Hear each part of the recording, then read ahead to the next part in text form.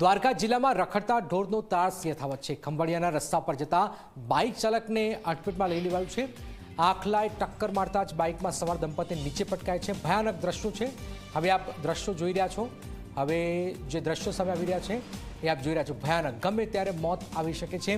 દ્વારકા ખંભાળિયાની આસપાસ તો આ રીતે રખડતા જે ઢોર જે છે એ વારંવાર આ પ્રકારના દ્રશ્યો સામે આવે છે। નિર્દોષ લોકો આમાં મોતને પણ ભેટે છે। જોઈ રહ્યા છો ફૂલ સ્પીડમાં બાઇક ચાલકનો વાંક શું, આમાં સૌથી મોટો સવાલ છે। એ તો પોતાની રીતે રસ્તા પર જઈ રહ્યો છે, પણ સામેથી આ બાજુથી આવી રહેલું આ રખડતો ઢોર એને અથડાય છે, બંનેને ઈજા પહોંચે છે। પણ આવી ઘટનાઓ સતત વધી રહી છે। દ્વારકાની અંદર પર્યટન સ્થળ છે અને ખંભાળિયાની અંદર પણ સતત વધી રહી છે।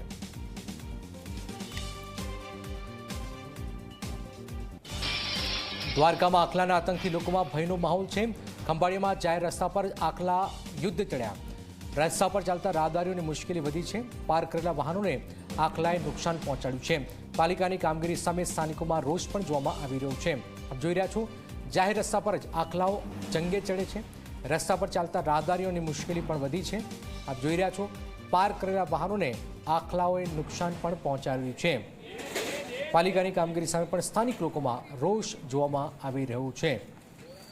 બે દ્રશ્યો આપની ટીવી સ્ક્રીન પર આપ જોઈ રહ્યા છો કે જેમાં આ કોઈ નવા દ્રશ્યો છે નહીં। રોજબરોજ દ્વારકા ખંભાળિયામાંથી આ દ્રશ્યો સામે આવે છે અને વધુ એકવાર આ દ્રશ્યો આપ જોઈ રહ્યા છો એમાં નિર્દોષ લોકો આનો ભોગ બની રહ્યા છે એ સ્પષ્ટ છે।